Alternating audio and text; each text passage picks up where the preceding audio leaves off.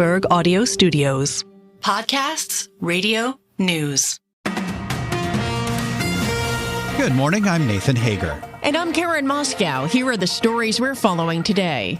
Karen, we begin with the ongoing search for the next Treasury Secretary. The debate over who President-elect Donald Trump will select as his chief economic policymaker spiraled into uncertainty over the weekend. Sources say Elon Musk spoke to potential pick Scott Bessent after already publicly endorsing another candidate, Howard Lutnick.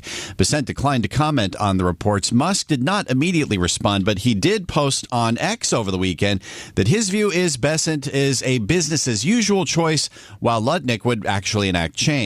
Bloomberg's Kriti Gupta says the Trump transition team is not any closer to making a selection as it is now, considering alternatives. It did feel like Scott Bessent was going to be the no-brainer choice, and now it feels like that has been unseated by Howard Lutnick, coming back to the same issue, the question of tariffs and how tough you can go. Of course, it's not the only players in the kind of race to be the next Treasury Secretary. It's Robert E. Lighthizer, the former U.S. Trade Representative, Bill Hagerty, a senator out of Tennessee, and even Mark Rowan, the CEO of Apollo. Bloomberg's Kriti Gupta says, among other duties, the Treasury Secretary oversees the $28 trillion Treasuries market and economic sanctions. And Nathan, President-elect Trump continues to fill out his incoming cabinet at a rapid pace, making nominations for a couple key posts this weekend. Trump chose Brendan Carr as the new chair of the Federal Communications Commission. Carr's served at the FCC since 2012 and has been a strong advocate for free speech, limited regulation, and reining in big tech. Trump also picked Chris Wright, who runs a Colorado-based fracking services company, to lead the U.S. Energy Department. Additionally, Trump announced that his attorney, William Owen Scharf, would be his staff secretary, and he backed Republican National Committee co-chair Michael Whatley for another term. Let's turn now to South America, Karen. World leaders gathering there for the Group of 20 Summit. Bloomberg's David Gura is in Brazil with a preview. On the formal agenda are conversations about sustainability and climate change and the future of development financing. There will be some hard conversations among world leaders about the future of major conflicts in the Middle East and Ukraine.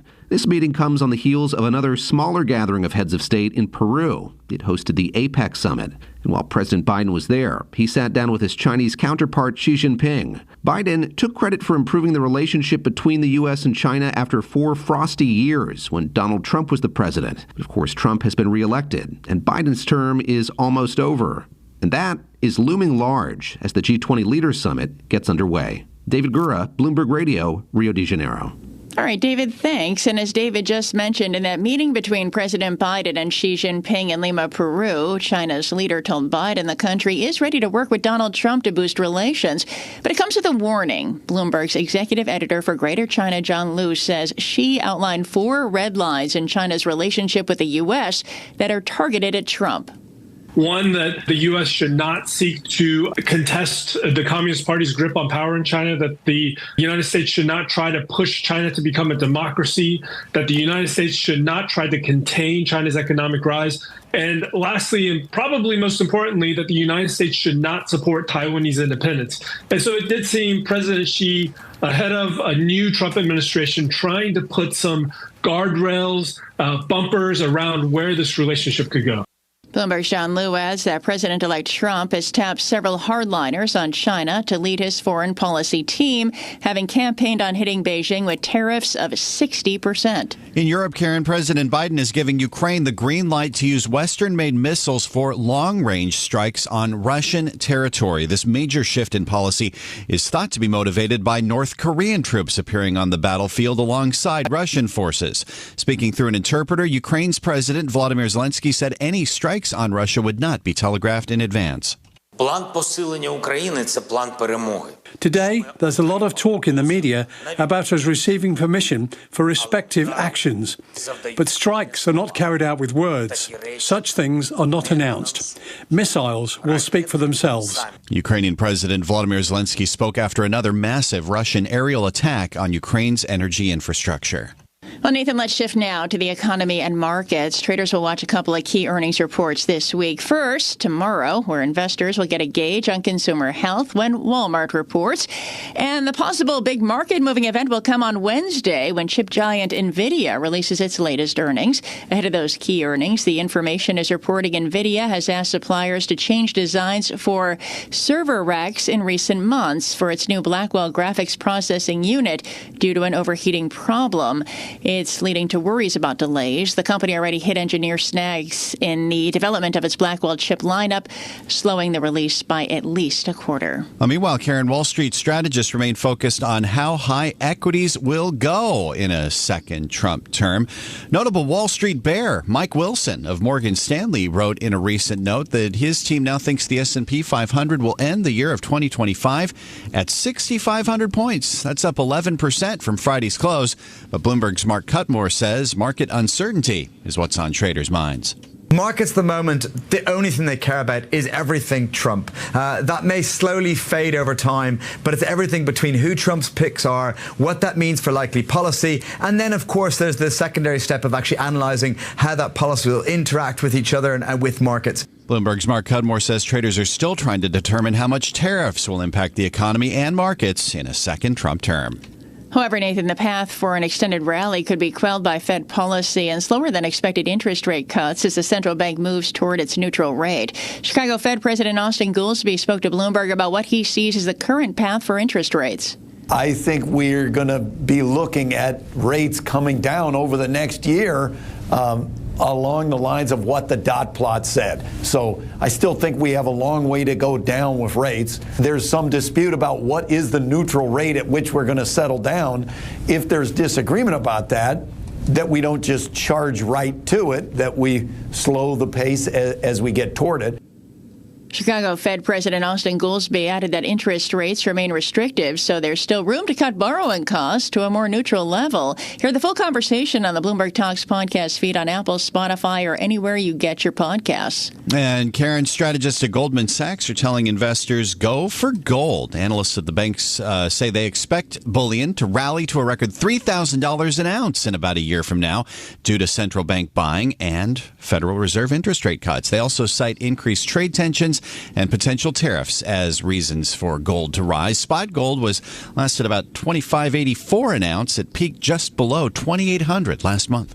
Turning to the tri-state now, Nathan, the crowded race for New Jersey's governor is heating up with U.S. Rep. Josh Gottheimer announcing his run. He joins four other Democrats jockeying to succeed term-limited Governor Phil Murphy next November.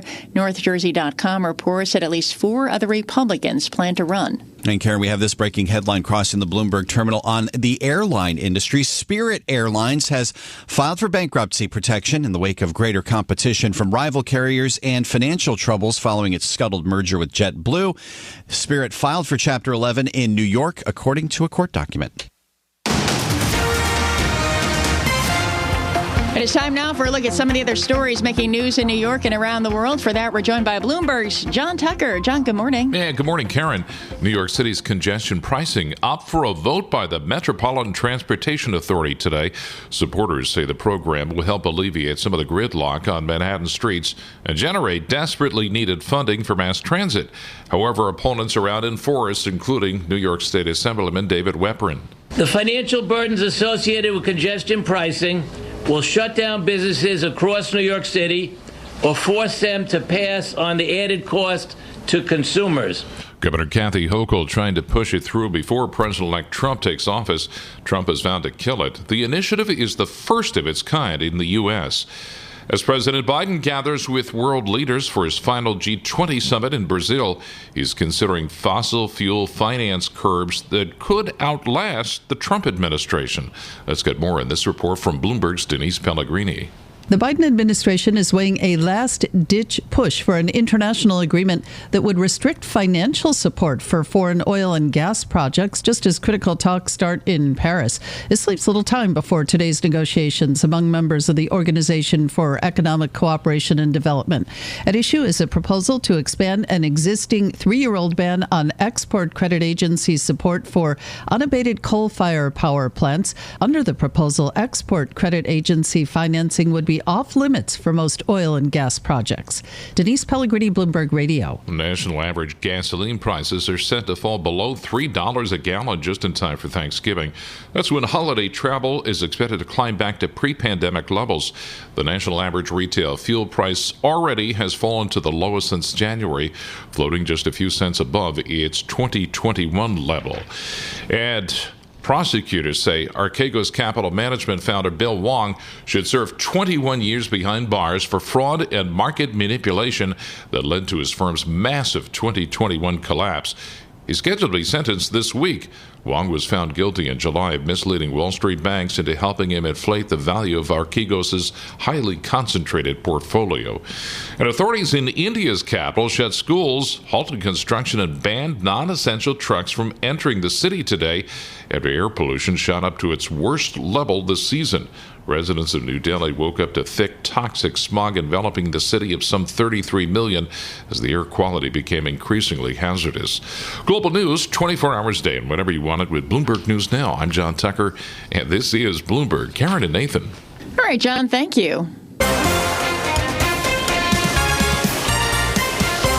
Time now for the Bloomberg Sports Update, brought to you by Tri-State Audi. Here's John Stashower. John, good morning. Good morning, Karen. Jets hosted the Colts. A lot of boos cascaded out of MetLife for much of the first half. The Jets' first 5 possessions, 4 punts, a 4th down stop, a total of 1 first down, but the Jets did come alive. Breece Hall scored late first half and early second. Jets grabbed a 1-point lead. They were up by 5 in the final minute. Richardson out of the gun. He's going to take it off left edge. He's at the 5, cuts into the end zone. Bullies his way into the end zone. Touchdown, Anthony Richardson. His second rushing touchdown today. And the Colts, with the score right there, lead 28-27 with 46 seconds to go. Colts radio, they end a 3-game losing streak. The Jets are 3-8. They're 1-5 since the firing of Coach Rob Saleh. The Chiefs are now 9-1. Last team to lose. It came in Buffalo 31-20. The Bills are 9-2. They've won 6 in a row. The Steelers, 5th straight win, 18-16 over Baltimore, who got stopped on a game-tying 2-point conversion with just over a minute left. Pittsburgh won without scoring a touchdown. Every 90 years, the Detroit Lions start a season 9-1. It happened in 1934, and now again the Lions overwhelmed lowly Jacksonville 52-6, the worst loss in Jaguars history. The Patriots lost to the Rams 28-22. Matthew Stafford had 4 touchdown passes. Last night, the Chargers blew a 3-touchdown lead, but scored with 18 seconds left. Beat Cincinnati 34-27. At the Garden, Knicks beat the Nets as they did Friday. This one not as close, 114-104. 4 Knicks scored 20 or more. Minnesota beat Phoenix on a Julius Randle 3-pointer at the buzzer. The ex-Knicks scored 35. Cleveland beat Charlotte. The Cavs are the 4th team in NBA history to begin a season 15-0. Rangers began a 4-game road trip with a 2-0 win in Seattle. The shutout for Jonathan Quick. St. John's now 4-0. Red Storm had all 5 starters in double figures. An 85-71 win over New Mexico, which meant Rick Pitino beat his son. John Stashower, Bloomberg Sports. Karen and Nathan. Coast to coast on Bloomberg Radio, nationwide on Sirius XM, and around the world on Bloomberg.com and the Bloomberg Business app. This is Bloomberg Daybreak. Good morning, I'm Nathan Hager. The rapid transition President-elect Trump's been looking for has hit a bit of a wall when it comes to the Treasury Secretary. Public jockeying has led to behind-the-scenes disarray, but the President-elect's son, Donald Trump Jr., is sounding confident that all his father's cabinet picks will get through. We have control of the Senate because of my father. John Thune's able to be the majority leader because of my father, because he got a bunch of other people over the line. That was Donald Trump Jr. over the weekend on Fox News. This morning, we are joined by Bloomberg's Kriti Gupta. So, Kriti, we were expecting a Treasury Department announcement as soon as last week. Last week has come and gone. What's happening now? Good morning. Good morning, Nathan. Well, it looks like even more contenders have kind of entered the race, or at least been considered a little bit more seriously, because really it felt like this was a neck-and-neck race between Howard Lutnick and Scott Bessent. And there's already some kind of internal dynamics there where Elon Musk very publicly threw his weight behind Howard Lutnick, basically saying that Scott Bessent was more of the same, those comments on his platform X. But then you have a couple of others as well. The former trade representative Lighthizer being considered as well. Even Mark Rowan, the CEO of Apollo, and a senator from Tennessee, Bill Hagerty, also in the mix, or names at least that have been floated for this particular position. But Nathan, I think you've got it right there, which is that we thought we were getting closer, and now it feels less so. And it's such an important decision, isn't it? Because the Treasury Department has control over all the economic sanctions we've seen over the last several years under Janet Yellen, as well as implementing Donald Trump's strategy when it comes to potentially imposing tariffs. It is. It's a really crucial one. And look, $28 trillion of the Treasury's market is also under this person's control. You mentioned economic sanctions, 100% on Russia, on members of China, the Chinese Communist Party as well. Another key piece that I think a lot of people don't realize intuitively is that on the campaign trail, Donald Trump has been very vocal about saying that the reason that the deficit is not a concern for his economic plan is because tariffs would offset tax cuts. That tax policy falls under the Treasury Secretary's role as well. And Nathan, a little bit of a fun fact for our global audience as well is that the Treasury Secretary is also fifth in line in the presidential succession. Of course, we've never gotten to the fifth in line, but it's important to kind of point out that that's where they rank in terms of importance in Washington, in terms of that administration. But yes, this is absolutely a crucial role. And at the core of it is this concept of loyalty, of kind of the vision aligning with Donald Trump as well. And that's really where it seems to be that Howard Lutnick and Scott Bessent are differing in terms of Scott Bessent maybe perhaps not being as tough as Howard Lutnick would be. At least that's the claim that Elon Musk is making. The context is crucial, Nathan. As you'll remember, Steven Mnuchin was a favorite of Wall Street and was a favorite under the Trump administration as well, but kind of fell into some hot water there when it came to the idea that he wasn't as strong and as for some of the tougher tariff policies that Donald Trump had put forward. This is Bloomberg Daybreak, your morning podcast on the stories making news from Wall Street to Washington and beyond. Look for us on your podcast feed by 6 a.m. Eastern each morning on Apple, Spotify, or anywhere else you listen. You can also listen live each morning starting at 5 a.m. Wall Street time on Bloomberg 1130 in New York, Bloomberg 99.1 in Washington, Bloomberg 92.9 in Boston, and nationwide on Sirius XM Channel 121. Plus, listen coast to coast on the Bloomberg Business app, now with Apple CarPlay and Android Auto interfaces. And don't forget to subscribe to Bloomberg News Now. It's the latest news whenever you want it, in 5 minutes or less. Search Bloomberg News Now on your favorite podcast platform to stay informed all day long. I'm Karen Moscow. And I'm Nathan Hager. Join us again tomorrow morning for all the news you need to start your day right here on Bloomberg Daybreak.